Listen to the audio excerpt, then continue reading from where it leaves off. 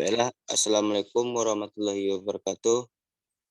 Di sini kami dari kelompok 3 akan menjelaskan sedikit tentang ergonomi ketiga atau kesehatan dan keselamatan kerja.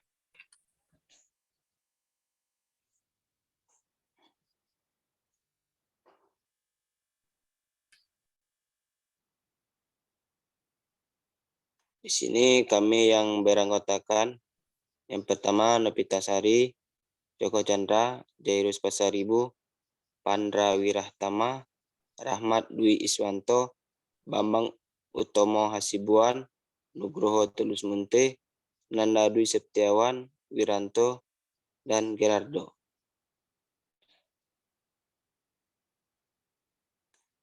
Yang pertama yaitu definisi ergonomi. Ergonomi yaitu ilmu yang menerapkan berusaha untuk menyerasikan pekerjaan dan lingkungan terhadap orang atau sebaliknya dengan tujuan tercapainya produktivitas atau efisiensi yang setinggi-tingginya melalui pemanfaatan faktor manusia seoptimal-optimalnya. Yang kedua yaitu konsep ergonomi, di mana berdasarkan kesadaran atau keterbatasan kemampuan dan kestabilitasan manusia.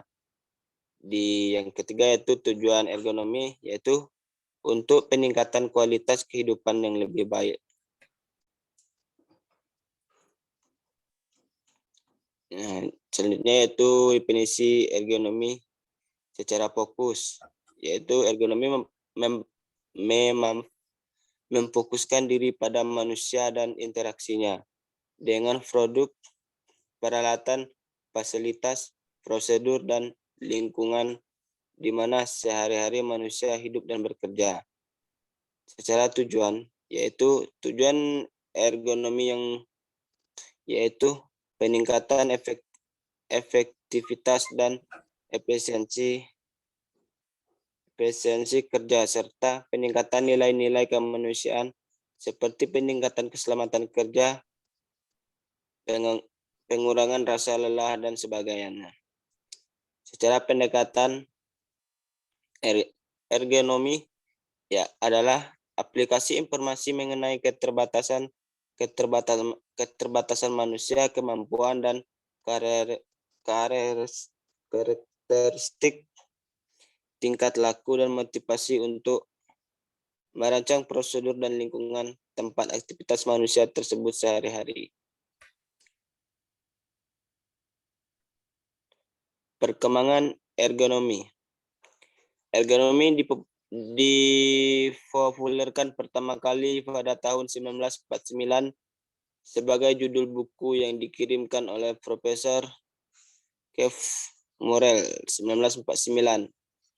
Kata ergonomi itu sendiri berasal dari bahasa Yunani yaitu ergon, kerja, dan nomos, aturan atau prinsip atau kaidah.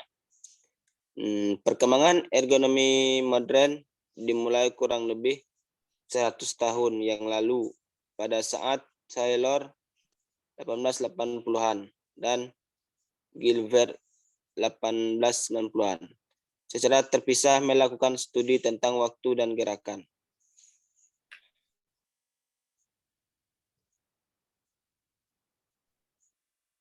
Baiklah, selanjutnya akan dijelaskan oleh Novita. Baiklah, di sini saya akan melanjutkan penjelasan dari Joko Chandra tadi. Pengelompokan bidang kajian ergonomi. Fatal kerja yaitu bidang kajian ergonomi yang meneliti energi manusia yang dikeluarkan dalam suatu pekerjaan.